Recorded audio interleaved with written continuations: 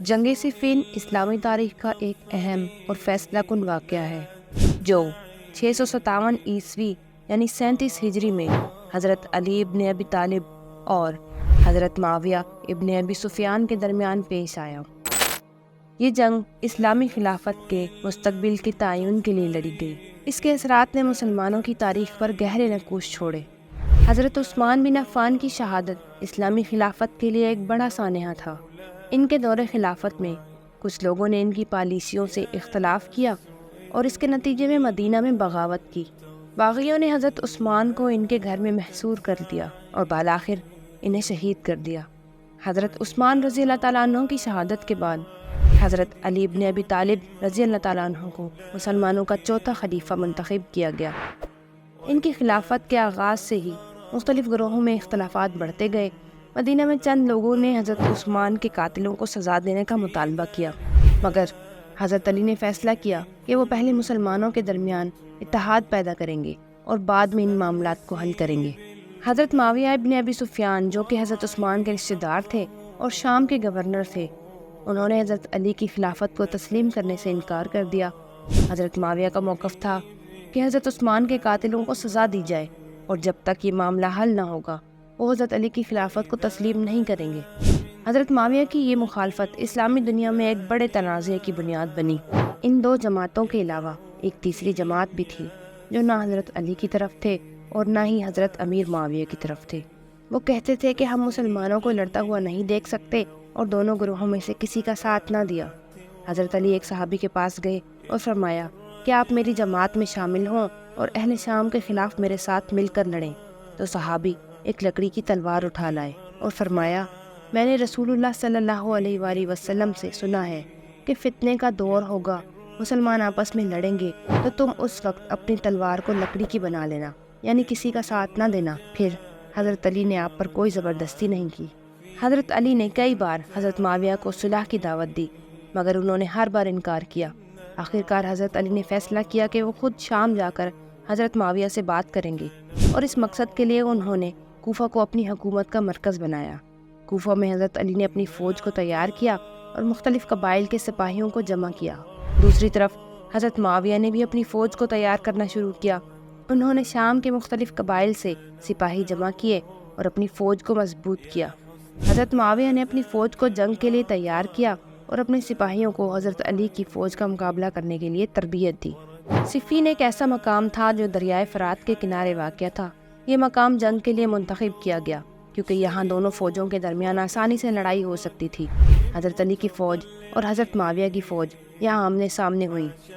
جنگ کی پہلی جھڑپیں معمولی تھیں مگر آہستہ آہستہ دونوں طرف کے سپاہیوں کی تعداد بڑھتی گئی اور جنگ شدت اختیار کر گئی۔ دونوں طرف کے سپاہیوں نے بہادری سے لڑائی کی اور کئی اہم شخصیات نے اس جنگ میں حصہ لیا۔ جنگ صفین کی سب سے اہم اور خونریز لڑائی یوم الحریر کہلاتی ہے۔ یہ دن جنگ کی شدت اور خونریزی کا آغاز تھا۔ اس دن دونوں طرف کے سپاہی اپنی پوری طاقت اور جوش کے ساتھ لڑے۔ یوم الحریر کے دوران دونوں طرف کے کئی بڑے سپاہی اور صحابہ شہید ہوئے۔ جنگ صفین کئی مہینے جاری رہی۔ دونوں طرف کے سپاہیوں نے بڑی بہادری سے لڑائی کی۔ دونوں طرف کے قائدین اپنی فوجوں کو حوصلہ دیتے رہے اور جنگ کے مختلف مراحل میں اپنی حکمت عملیوں کو تبدیل کیا۔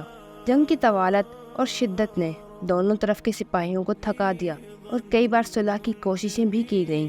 جنگ کی شدت کے دوران حضرت معاویہ کے سپاہیوں نے قرآن کے نسخے اٹھا کر حضرت علی کی فوج سے صلح کی درخواست کی۔ یہ ایک اہم موقع تھا جس نے جنگ کو روکنے کی راہ ہموار کی۔ حضرت علی نے اس درخواست کو قبول کیا اور دونوں طرف کے قائدین کے درمیان مذاکرات کا آغاز ہوا۔ جنگ کے بعد دونوں طرف کے قائدین نے یہ فیصلہ کیا کہ ایک میٹنگ کی جائے گی جس میں دونوں طرف کے نمائندے شامل ہوں گے۔ حضرت علی کی طرف سے حضرت ابو موسیٰ اشعری اور حضرت معاویہ کی طرف سے حضرت عمرو بن عاص کو حکم مقرر کیا گیا۔ اس میٹنگ کا مقصد جنگ کے مسائل کا حل تلاش کرنا اور مسلمانوں کے درمیان اتحاد پیدا کرنا تھا۔ میٹنگ کے دوران اختلافات اور فریب کاریوں کی وجہ سے کوئی واضح نتیجہ نہ نکل سکا۔ حضرت ابو موسیٰ اشعری اور حضرت عمرو بن عاص کے درمیان اختلافات نے مسائل کو مزید پیچیدہ بنا دیا۔ اس کے بعد مسلمانوں کے درمیان داخلی اختلافات بڑھ گئے اور خوارج کا ایک نیا گروہ بھی منظر عام پر آیا۔